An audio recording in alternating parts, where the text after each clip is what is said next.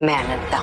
लोग कहते हैं कि हर कहानी की शुरुआत जन्म से होती है, लेकिन मेरी कहानी मेरे जन्म से भी पहले शुरू हो चुकी थी, जब महाकुंभ पर आने वाले संकट की भविष्यवाणी हुई थी। तबाही की शुरुआत हो चुकी है। एक आकाशवाणी कि 25 वर्षों बाद आने वाले उस प्रलय को न कोई मनुष्य रोक पाएगा, न कोई देवता, न कोई पशु, न कोई दानव। उसे रोकेगी शिव की सबसे बड़ी ताकत, नागलोक की रानी, अनंतपुर की नाग रानी अनंता। लेकिन मुझे क्या पता था कि वो अनंता मैं हूँ। मेरे लिए तो जिंदगी बहुत साधारण थी, एक प्यारा सा परिवार, कुछ सपने, कुछ शरारतें और अपनों से भरी एक दुनिया। मैं नहीं जानती थी कि मेरे जन्म के लिए मेरी माँ ने अपनी जान दे दी थी। मैं नहीं जानती थी कि मेरा नाम, मेरी पहचान, यहाँ तक कि मेरा भाग्य भी मुझसे छुपाया गया था। मैं नहीं जानती थी कि मेरे भीतर एक ऐसी शक्ति सो रही जो पूरे नागलोक का भविष्य बदलने वाली थी। फिर समय ने करवट ली, 25वां वर्ष आया और मेरे भीतर कुछ बदलने लगा। पर कुछ तो है, कोई तो है जो मुझे अपनी ओर बुला रहा है। अजीब शक्तियाँ, अजीब एहसास और वो कैंचुली जिसे मैं बीमारी समझती रही। मुझे नहीं पता था कि यह मेरी असली पहचान की दस्तक थी, लेकिन नियति कभी आधे रास्ते नहीं रुकती।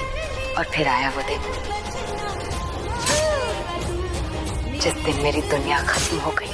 मेरी बहन की शादी, जो खुशियों का दिन होना चाहिए था, वहीं मेरी जिंदगी का सबसे बड़ा श्मशान बन गया। चिंगिस्तानी, एरोल और उनके षड्यंत्रों ने मेरी पूरी दुनिया छीन ली। मेरे परिवार ने मुझे बचाने के लिए अपनी जान दे दी। हाँ, हूँ मैं नागिन।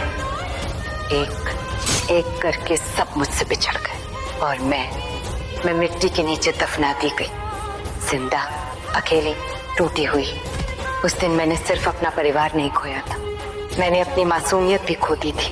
लेकिन शायद शिव की इच्छा कुछ और थी। मृत्यु मुझे छूकर लौट गई और उसी मिट्टी से मेरा पुनर्जन्म हुआ। उस भोली भाली लड़की का अंत हो चुका था। अब मैं लौट रही थी अपने दुश्मनों के बीच, उनकी दुनिया में, उनके नियमों से उन्हें हराने। मैंने उन्हें धोखा दिया, उनके राज जाने, उनके अपने लोगों को उनसे छीन लिया। और फिर पहली बार मैंने अपनी असली पहचान स्वीकार की। मैं हूँ नागिन, शिव वरदानी, अनंत कुल की नाग रानी, अनंता। लेकिन मेरी लड़ाई अभी खत्म नहीं हुई थी, क्योंकि मेरा सबसे बड़ा दुश्मन कोई और नहीं, मेरी अपनी बहन थी, राधिका, जिसे मैंने खो दिया था, जिसे दुनिया ने मुझसे छीन लिया था, जिसे नफरत सिखाई गई थी। आज भी उसकी वो आवाज मेरे कान में गूंजती है। अपनी ही सगी बहन से नफरत करती हूँ।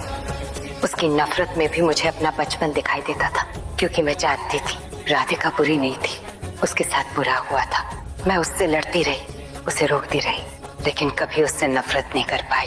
शायद इसलिए क्योंकि वो मेरे परिवार की आखिरी निशानी थी। और इसी अंधेरे सफर में मुझे प्यार मिला, आर्यमान। पहले गलतफहमियां थी, फिर दूरियां थी, फिर किस्मत थी, और फिर वो एहसास जो हर लड़ाई को थोड़ा आसान बना देता है। हम दोनों कई बार टूटे, कई बार बिछड़े, कई बार दूसरों ने हमें अलग करने की कोशिश की, लेकिन कुछ रिश्ते किस्मत नहीं, संघर्ष लिखते हैं, और हमारा रिश्ता उन्हीं में से एक था।